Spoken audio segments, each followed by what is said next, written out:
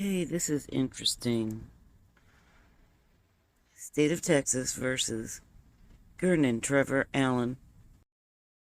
Early identification of suspected mental illness or intellectual disability.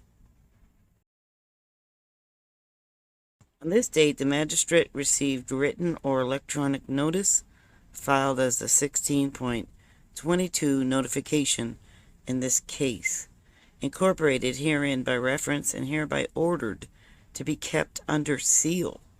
The notification presents credible information that may establish reasonable cause to believe that the above-named defendant is a person with a mental illness or intellectual disability. The defendant is charged with possession of 1 to 4 grams methamphetamine. He is incarcerated in the Harris County Jail. Then it says, finding of previous interview. In the year preceding the date of arrest, the defendant has been determined to have a mental illness or to be a person with an intellectual disability by one of the entities listed Texas Code Criminal Procedure 16.22. Signed June 10th, 2021, 8:35 a.m. by Harris County Hearing Officer Jim Callan. Traffic stop leads to the arrest of a wanted felon. June 10th, 2021, deputies with Constable Mark Harmon's office conducted a traffic stop on a vehicle 2700 block of North Sam Houston Parkway West. Driver was identified as Trevor Gernon. Further investigation revealed he had multiple open felony warrants for 2 counts of possession of a controlled substance, 2 counts of unauthorized use of a motor vehicle, and fraud. He was arrested and booked into the Harris County Jail for the felony warrants, and his total bond is $115,000.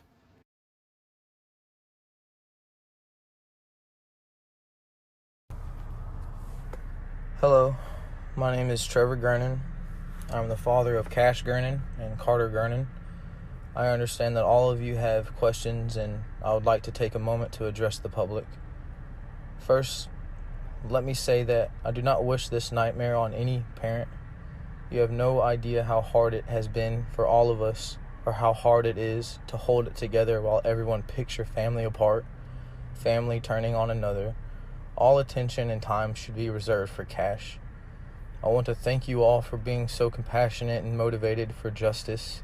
It is comforting to know that so many of you feel this loss too. So I will start by clarifying my absence. I knew Monica for a good few years before moving to the Dallas area. She was a single parent like me, so naturally I would ask her advice on local things. At the end of February, beginning of March, Monica offered her home and help, which I was thankful for. Being a single dad with twin 4-year-olds can be overwhelming from time to time.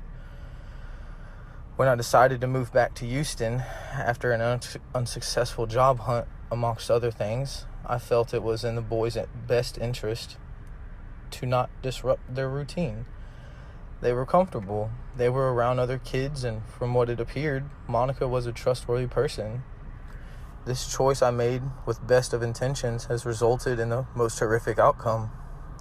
I have paid the most ultimate and painful of price for my poor judgment, and I have to live with this devastation every single day.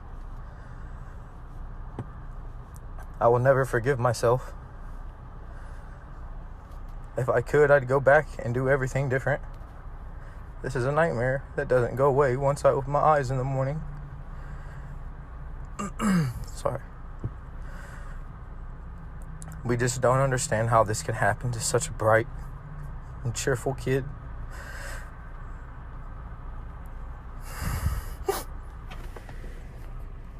I'm sorry, I'm trying. I understand how Mindy and Connie could be upset and want to do and say things to me because he was in my care. If it had happened in her care, I'd unfortunately feel she held responsibly too. When you have to process and comprehend such violent tragedy, our grief blames others. It blames ourselves. Mindy, I am so sorry that I failed to keep him safe. That is my job as a dad, and I was not able to do that. And I'm sorry.